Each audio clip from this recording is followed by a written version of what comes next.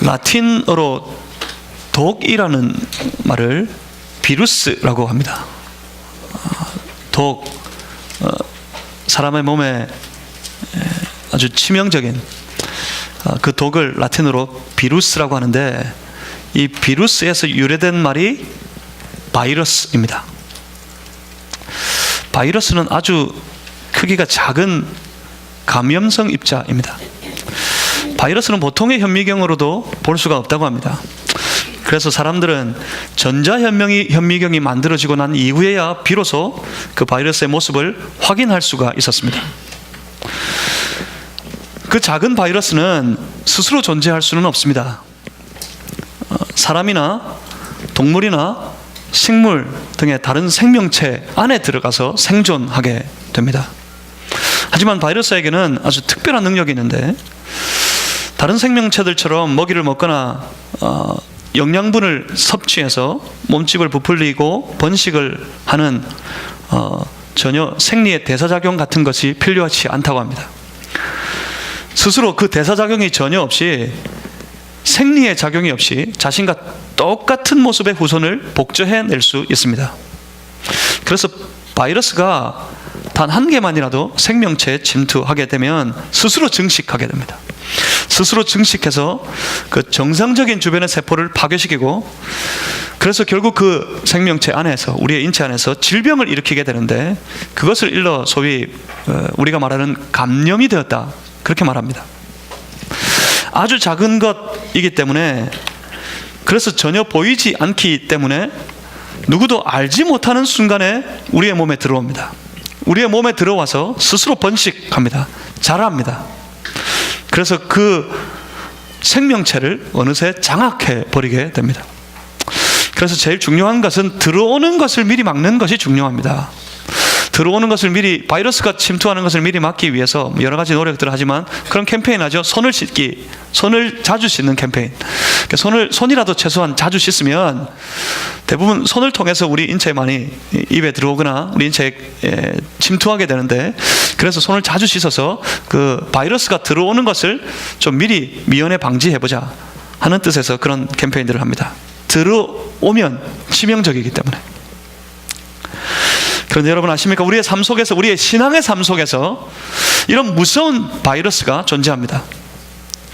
그것이 바로 죄성의 바이러스입니다. 보이지 않습니다. 냄새도 나지 않습니다. 그래서 느끼지 못합니다. 가만히 들어옵니다. 가만히 들어온 죄의 바이러스는 어느새 우리의 내면에서 스스로 증식합니다.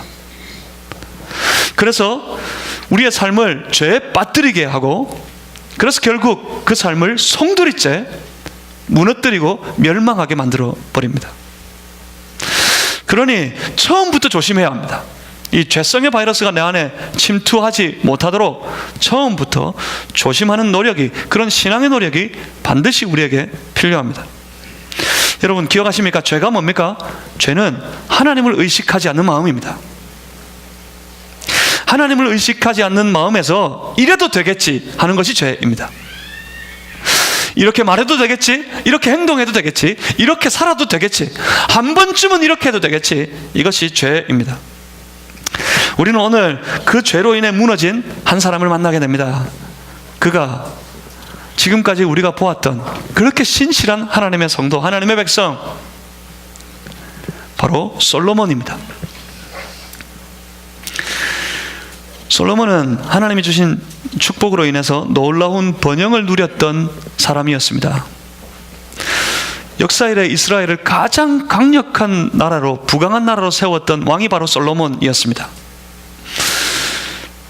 오늘 본문 열왕기상 11장 그 앞에 직전에 열왕기상 10장 23절 이하의 말씀을 한번 보십시오.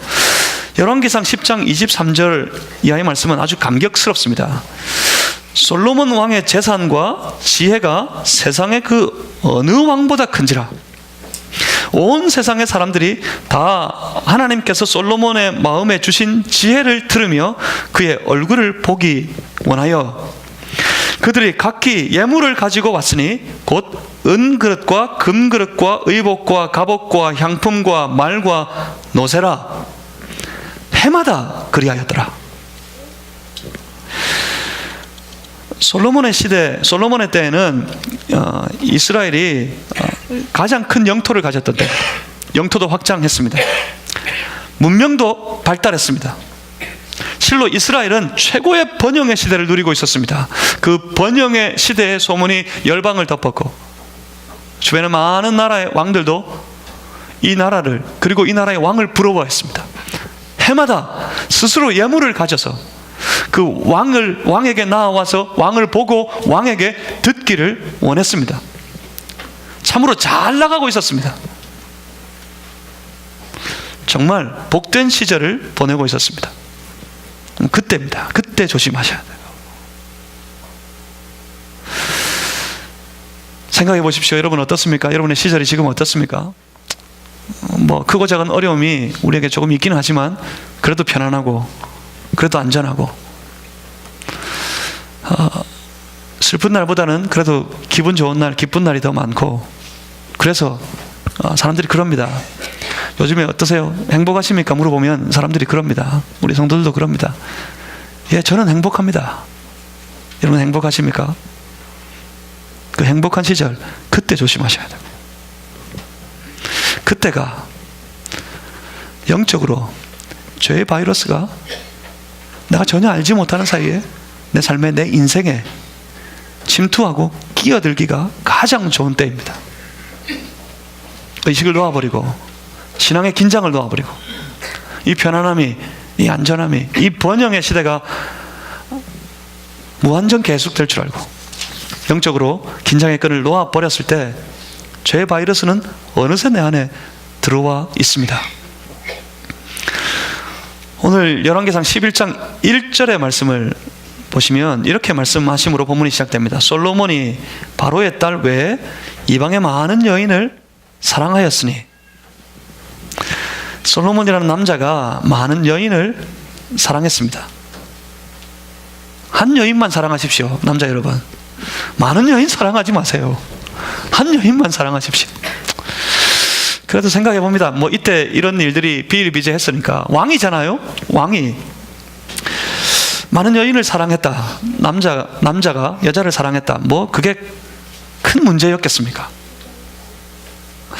사실 오늘 이 시대의 문제는 남자가 여자를 사랑하는 건 그렇게 큰 문제가 아닙니다. 뭐가 문제죠? 남자가 남자를 사랑하면 그건 문제입니다. 여자가 여자와 더불어 사랑에 빠지면 절대로 안 됩니다. 남자에게 사랑에 빠진 그런 남성분들이 계십니까? 성도 여러분, 그만두세요. 기도하셔야 됩니다. 하나님, 이 마음을 고쳐주십시오. 기도하셔야 됩니다. 여자에게 사랑에 빠진 여자가 계십니까? 기도하셔야 돼요. 이 남자가 많은 여인에게 연애 감정을 먹었는 모양입니다. 연애도 하나님 안에서 해야지 하나님 없이 연애하면 낭패당합니다. 먼저 보십시오. 오늘 본문에 많은 여인을 사랑했다 합니다. 솔로몬 왕이 많은 여인을 사랑했는데, 그런데 그 전에 먼저 말씀하시는 부분이 있습니다. 그 전에 이 솔로몬에게는 오늘 본문을 통하면 바로의 딸이 있었던 것 같습니다. 바로의 딸 외에 이방의 많은 여인을 사랑했다. 본문 1절이 참 어울리지 않는 말의 연속입니다. 솔로몬은 누굽니까? 하나님이 선택한 백성들의 나라 이스라엘, 하나님의 나라 이스라엘, 그 나라를 통치하는 왕 솔로몬이었습니다. 그는 하나님의 백성임을 자부하고 하나님의 자녀 되었음을 하나님 앞에 감사하고 스스로 하나님의 아들이라 자부하는 그런 유대인 중에 한 사람, 솔로몬이었습니다. 그 사람이 이방의 딸, 우상 숭배자의 딸 그 바로의 딸 외에 뭐라고 말씀합니까? 이방의 많은 여인을 사랑했다 합니다. 바로의 딸이 언제 솔로몬 곁에 와 있었을까요? 어느새 솔로몬 곁에는 그 이방의 딸, 애굽의 딸, 우상의 딸, 그 바로의 딸이 곁에 와 있습니다. 솔로몬의 번영의 시대를 살피는 중에 우리가 간과하고 잊어버린 장면이 하나 있었던 모양입니다. 여러분 기억하십니까? 솔로몬의 번영은 어디에서 시작됐습니까? 솔로몬의 그 형통함, 그 부귀와 영화는 솔로몬의 기도에서 시작됐습니다. 하나님이 어느 날 찾아오셔서 너에게 무엇을 줄꼬? 그렇게 물었더니 그가 하나님 앞에 부귀와 영화를, 장수를 구하기보다 하나님께서 맡기신 이 나라 이 백성들을 잘 다스릴 통치의 지혜를 구하는 것, 그것을 하나님이 기뻐하셔서 그에게 지혜를 주심부터 그 나라를 지혜롭게 잘 통치하고 그 나라가 역사일에 가장 부강한 시대를 열어갈 수 있도록 만들어 주셨습니다. 그런데 그 일이 있기 전에, 바로 직전이었습니다. 하나님 지혜를 주시옵소서, 이 나라를 잘 다스릴 수 있도록 나에게 듣는 마음을 주시옵소서. 그렇게 기도하기 전에, 하나님께서 기뻐하셔서 그에게 축복으로 지혜를 주시기 전에, 바로 그 직전에 있었던 일입니다. 이제 막 본격적으로 솔로몬의 시대가 시작되어야 할 그때 있었던 일이었습니다. 다윗의 뒤를 이었습니다. 솔로몬은 그 위대한 대왕 다윗의 뒤를 이어서 다윗이 튼튼하게 세워놓은 나라 이스라엘을 유업으로 이어받았습니다. 그 나라는 날이 갈수록 견고하고 튼튼해지는 것만 같았습니다.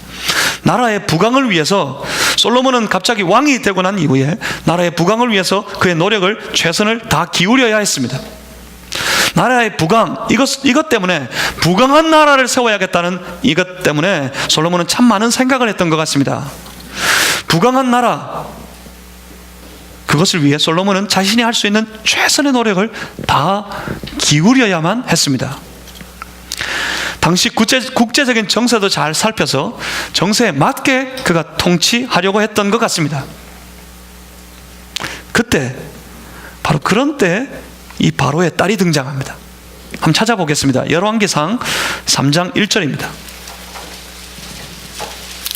열왕기상 3장, 열왕기상 3장이 참 중요한 솔로몬의 시대, 이스라엘의 시대에 아주 중요한 말씀의 장입니다.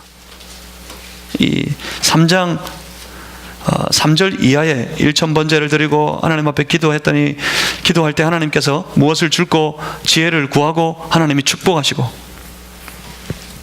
그런데 그 직전에 3장 1절입니다. 1절에 이렇게 말씀합니다. 솔로몬이 애굽의 왕 바로와 더불어 혼인관계를 맺어 그의 딸을 맞이하고 다윗 성에 데려다가 두었다 합니다. 이때 애굽의 왕 바로 그의 딸을 맞이했던 장면이 있었습니다. 이건 솔로몬이 어느 날 애굽에 놀러 갔다가 그 왕 바로의 딸을 보고 연애에 빠졌던 것은 절대로 아닙니다. 이건 연애에 빠진 솔로몬의 그 사랑의 연가가 아니었습니다. 실상은 솔로몬의 외교적인 정책이었습니다. 외교적인 술수였습니다. 강력한 나라인 애굽과의 친선 관계를 위해서 결혼 동맹을 맺게 되었던 겁니다. 가족이 되고 나면 더 이상 침략하지 않을 것 같아서 결혼 동맹을 맺습니다. 이건 당시 이 시대에 나라마다 아주 흔히 있는 일들이었습니다. 솔로몬은 애굽과 함께 이 관계를 맺는 것이 나라에 유리하다고, 유익하다고 생각했습니다. 외교적으로 이스라엘을 안전하게 보호해줄 중요한 장치라고 여겼습니다. 그런데 이것 때문에 조금씩, 이러한 일로 인해 조금씩 이스라엘의 영적인 순결의 댐이 무너져 가고 있었던 겁니다. 실상은 예루살렘 성내에 가만히 들어온 이 바로의 딸, 이 바로의 딸은 솔로몬의 통치 기간 중 가장 치명적인 실수였습니다. 정치적으로는 실수가 아닙니다. 정치적으로는 오히려 옳습니다. 그렇게 했어야 마땅해 보입니다. 그것이 더 유익해 보였습니다. 바로와의 평화관계를 유지하는 것이 이스라엘에게는 전쟁의 위협을 물리치는 좋은, 아주 유익한 정책이었습니다. 하지만 여러분, 우리 모두가 기억해야 될 것이 여기 있어요. 외적으로 유익해 보여서 그 외적인 유익을 쫓아가다가 보면 영적인 위기를 만나게 되고 영적인 실수에 빠지게 될 경우들이 많습니다. 영적인 실수에, 영적인 위기에 빠져버리면 외적인 실수와 외적인 위기로 만나는 위험보다 더 큰 위험을 초래하게 됩니다. 영적인 위기에 빠지게 되면 완전히 그 삶이 송두리째 무너져 버리게 되는 경우가 비일비재합니다. 그래서 어떤 외적으로 아무리 유익해 보이고 유리해 보이는 일이라도 말씀 앞에 그 모든 일들을 비추어 보고 그 유익한 일, 유리한 일을 따르기보다 주의 말씀하시는 길을 쫓아가는 그런 지혜로운 성도가 다 되시기를 주님의 이름으로 소망합니다. 하나님께서 이런 영적인 위기가 있을 수 있기 때문에, 그것이 이스라엘을 무너뜨리게 될 것이기 때문에 미리 이 일을 엄격하게 말씀으로 금지하셨습니다. 오늘 본문만 봐도 알 수 있습니다. 열왕기상 11장으로 다시 돌아와서 11장 2절의 말씀을 한번 보시겠습니다. 11장 2절 말씀을 우리 다 같이 한번 읽어봅니다. 여호와께서 일찍이 이 여러 백성에게 대하여 이스라엘 자손에게 말씀하시기를 너희는 그들과 서로 동원하지 말며 그들도 너희와 서로 동원하게 하지 말라. 그들이 반드시 너희의 마음을 돌려 그들의 신을 따르게 하리라 하셨으나 솔로몬이 그들을 사랑하였더라. 잘하는 일이라고 생각했습니다. 잘하는 일이라 생각했지만 하나님께서 하나님을 모르는 이방 민족과는 서로 동원하지 말라 하신 말씀 앞에서는 실수였습니다. 처음 범죄의 바이러스가 성도의 삶에 들어올 때 실상은 사실 성도는 영적으로 그것을 모르지 않습니다. 그것을 압니다. 그것을 느낄 수 있습니다. 그 전에 범죄의 바이러스가 들어와서 내 마음속에 자리를 차지하기 전에 먼저 내 마음을 열어주는 일이 먼저입니다. 우리의 내면에, 그 전에 범죄의 바이러스가 들어오기 이전에 먼저 우리의 내면의 죄성이 발동하고 있어서가 그때가 문제입니다. 그것이 뭡니까? 그것이 바로 이래도 되겠지 하는 죄입니다. 이렇게 해도 되겠지, 한 번쯤은, 이번은 그렇게 해도 되겠지. 애굽과의 외교의 관계를 체결하려고 했을 때 서로 통혼하지 말라 하신 하나님의 말씀이 기억났을 겁니다.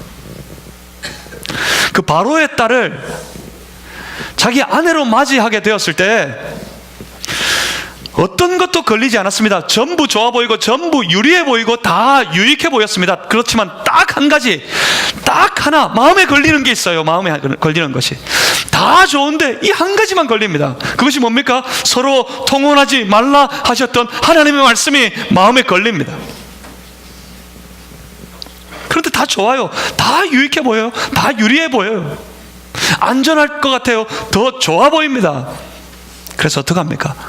그래도 되겠지, 이번만 이렇게 해도 되겠지 하고 말씀에 대해서 눈을 감아버립니다. 이것이 뭡니까? 이게 하나님을 의식하지 않는 겁니다. 하나님을 의식하지 않고 자기의 생각에 옳은 대로, 자기가 보기에 좋아 보이는 대로, 자기의 하기를 원하는 대로 자신의 이익과 유익을 따라서 그렇게 말하고 그렇게 행동하는 겁니다. 그게 뭐라고요? 하나님을 의식하지 않는 것, 그게 뭐라고요? 그게 바로 죄입니다. 이래도 되겠지 하며 시작하는 거예요. 이래도 되겠지 하며 시작된 그 죄는 어느새 나의 내면에서 무럭무럭 자라게 되고 결국은 내 모든 삶을 송두리째 먹어버리게 됩니다. 처음 애굽으로 시작된 결혼 동맹의 관계, 이래도 되겠지 하고 시작한 그 결혼의 동맹은 어느새 둘이 되고 셋이 됩니다. 이제는 바로의 딸만이 아닙니다. 모압, 암몬, 에돔, 시돈, 헷 여인들이 어느새 솔로몬 곁에 와 있습니다.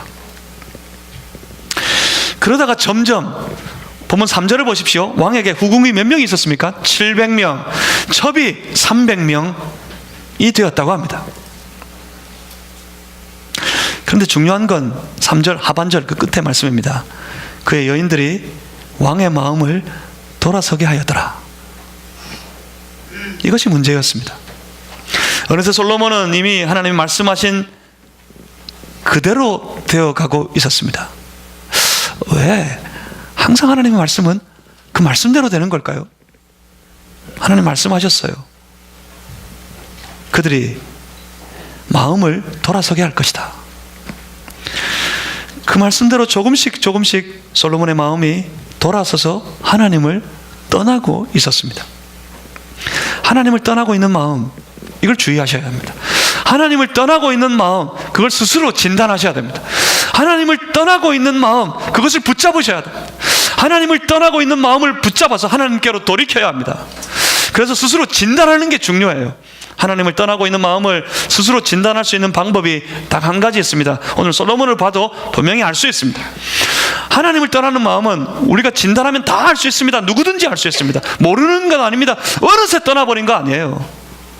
하나님을 떠나고 있는 마음을 진단하는 방법이 있는데 그것이 무엇일까요? 그게 바로 말씀입니다. 말씀이 여전히 생각이 납니다. 말씀이 여전히 기억이 됩니다. 그런데 여러 가지 상황 때문에, 여러 가지 형편 때문에 핑계가 생겨요. 내 형편이 이러니까, 지금 상황이 이러저러 하니까 그것을 핑계로 그 말씀을 따르기를 거부합니다. 말씀대로 하지 않으려고 합니다. 말씀대로 하지 않는 자신을 발견하게 될 때, 그때 내 마음이 하나님을 떠나고 있음을 여러분 스스로 깨달으실 수 있기를 바랍니다. 그때 어떻게 하면 좋을까요? 그때 내가 말씀이 여전히 생각나지만 눈을 가려버리고 눈을 감아버리고 말씀대로 하지 않고 있을 때, 그때는 마음을 찢어야 합니다. 하나님 앞에 엎드려야 합니다. 통회하고 자복하고 더욱 말씀대로, 주님의 뜻대로 발부둥을 치면서 나 그렇게 살아가겠습니다. 다시 결심해야 합니다. 그래야만 간신히 회복돼요. 간신히. 만약 그냥 내버려 두면, 그때 그 한 번 그냥 내버려 두면 점점 자랍니다. 하나님을 떠나버린 마음이 내 안에서 점점 자랍니다. 그래서 결국은 하나님 말씀이 기억나지도 않고, 결국은 하나님 말씀이 생각나지도 않는 그런 상태에 빠져버리고 말아요. 그때 이미 우리는 완전히 영적으로 피폐해지고 무너져 있게 될 겁니다. 그때 그럴 겁니다. 하나님 없어도 살 수 있다고. 그렇게 되기 전에 내가 스스로 내 마음을 발견했을 때, 그때 그것을 붙잡고 하나님 앞에 엎드려야 합니다. 생각해보면 바로의 딸에서 멈췄어도 될 것 같습니다. 바로의 딸에서만. 하지만 외교로 재미를 봤어요. 이 외교의 문제로 한번 싸우지 않고도 평화를 유지할 수 있는 이 외교의 맛을 본, 이 재미를 본 이상 더 이상 다른 것은 눈에 보이지 않습니다. 외교에 의존하려 했던 것 같습니다. 하나님의 나라, 하나님의 백성, 그들의 왕, 하나님이 세우신 왕 솔로몬은 하나님께 의존했어야만 했지만, 지금 솔로몬은 외교에 의존하려 하고 있었습니다. 이익과 평화라는 핑계가 있었겠죠. 이방과 계속해서 통원했습니다. 그 핑계를 가지고 이 백성에게 이 나라에 더 유리하고 유익한 일이라는 핑계로 그 일을 계속했습니다. 하나님께서 통혼하지 말라 하셨던 이유가 무엇이었을까요? 그건 오늘 본문 2절 하반절에 말씀하신 것처럼 그 이유는 이것 때문이었습니다. 그들이 반드시 너희의 마음을 돌려 그들의 신을 따르게 하리라. 이것 때문입니다. 700의 국군, 300의 첩, 많은 이방의 여인들, 그들로 인해서 본문 4절을 보십시오. 솔로몬이 나이가 많을 때에 그의 여인들이 그의 마음을 돌려 다른 신을 따르게 하였으므로. 반드시 말씀대로 되고 맙니다. 뭐라고 말씀하셨어요? 그들이 반드시 너의 마음을 돌려 그들의 신을 따르게 할 것이다. 말씀대로 솔로몬의 마음을, 그의 마음을 돌려 다른 신을 따르게 하였더라. 한번 무너진 댐은 걷잡을 수 없이 무너집니다. 보십시오. 솔로몬은 이제 어느새 아스타롯과 밀곰을 따릅니다. 심지어 그 추악한 그모스와 몰록을 위해서 산당을 짓기까지 합니다. 예루살렘 성전 저 앞에 보이는 산 위에 우상을 위하여 산당을 짓는 그런 왕이 되어버리고 말았습니다. 아마 작정하고 그런 것은 아니었을 거예요. 어느새 우리의 마음이 하나님 아닌 다른 것에 다 빼앗겨 버려 가고 있을 때 작정하고 우리가 그러지는 않을 겁니다. 그럴 겁니다. 나는 여전히 하나님을 섬깁니다. 나는 여전히 하나님을 사랑합니다. 나는 여전히 하나님의 백성입니다. 그럴지도 모르겠습니다. 대놓고 배신하는 사람이 누가 있겠습니까? 하지만 솔로몬이 이 모든 일들을 행할 때에도 처음에는 본문 8절을 보십시오. 그의 이방 여인들을 위하여 다 그와 같이 한지라. 솔로몬 자신을 위해서가 아닙니다. 저 먼 타국에 와서 낯선 사람과 함께 살고 있는, 낯선 민족과 함께 살고 있는 내 아내들, 이 여인들, 이들을 위해서 최소한 이 정도는 해줘야 되지 않겠나. 그래서 그 여인들을 위하여서 그와 같이 했다고 합니다. 그런데 조금씩 솔로몬의 마음은 하나님을 떠납니다. 조금씩 그 여인들과 함께 솔로몬의 마음은 우상을 향합니다. 조금씩 솔로몬의 마음은 우상의 마음이 되어버립니다. 하나님은 그를 보십니다. 오늘 본문 9절에 선포하는 말씀을 한번 보십시오. 솔로몬이 마음을 돌려 이스라엘의 하나님 여호와를 떠남으로. 마음이 다 떠났다고 하나님은 판단하십니다. 하나님 앞에서 올 때 솔로몬은 그 마음을 돌이켜 이스라엘의 하나님 여호와를 떠나버렸습니다. 결국 이스라엘은 이 일로 인해, 솔로몬이 그 마음을 돌이켜 다 떠나버렸던 그 일로 인해 하나님 말씀에 대해 눈을 감아버리고 내 마음대로 이래도 되겠지 살았던 그의 삶 때문에 이스라엘의 나라, 그 견고하고 영원할 것만 같았던 다윗의 왕위는 산산조각이 나 버리고 맙니다. 하나님께서 처음 솔로몬에게 약속하셨던, 솔로몬에게 언약하셨던 유일한 조건이 하나 있었습니다. 내 아버지 다윗처럼 하나님의 말씀을, 그 율법을 기억하고 그 말씀을 지키고 따르면 너의 왕위도 영원하게 될 것이라고, 내 날이 길게 될 것이라고 하나님께서 약속하셨습니다. 그 유일한 조건은 하나님 말씀을 기억하고 말씀을 따르는 삶이었습니다. 여전히 예루살렘에 이스라엘에게는 성전이 있었지만, 하나님의 영광이 가득했던 성전이 예루살렘에 있었지만, 그럼에도 불구하고 솔로몬이 하나님의 말씀을 대해 눈을 감아버렸을 때, 그 마음이 어느새 하나님을 향해 다 떠나버렸을 때, 하나님은 솔로몬에게서 그 약속을 다 거두어 드렸습니다. 그 번영을 거두어 드립니다. 이스라엘은 무너집니다. 산산조각이 납니다. 이 죄로 말미암아 치명적으로 이스라엘은 북쪽 이스라엘, 남쪽 유다로 나뉘어지게 분열하게 되고, 그 두 나라 이스라엘은 그 이방의 침입을 받아 다 멸망해버리고 말게 됩니다. 어느새 살며시 들어왔던 바로의 딸 하나에서 시작해서 그 많은 여인을 위하는 마음으로 행했던 작은 실수들이 모여서 솔로몬의 시대는 끝이 나고 이스라엘이라는 나라는 멸망에 이르고 말게 되었단 말입니다. 그러니 여러분, 스스로 진단하셔야 합니다. 말씀 앞에서 자신의 삶을 살피셔야 합니다. 이래도 되겠지 하는 죄, 거기에 빠지지 말아야 합니다. 스스로 잘 진단하고 작은 실수에 민감하고 항상 말씀대로, 말씀을 따라서 살려고 애쓰는 그런 성도들이 다 되시기를 주님의 이름으로 축복합니다.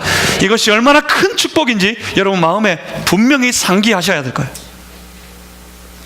처음 시작할 때부터 이래도 되겠지로 살면 안 됩니다. 이래도 될 것 같을 그때 말씀을 보셔야 합니다. 말씀을 묵상하셔야 합니다. 말씀 붙잡고 하나님 앞에 기도하셔야 합니다.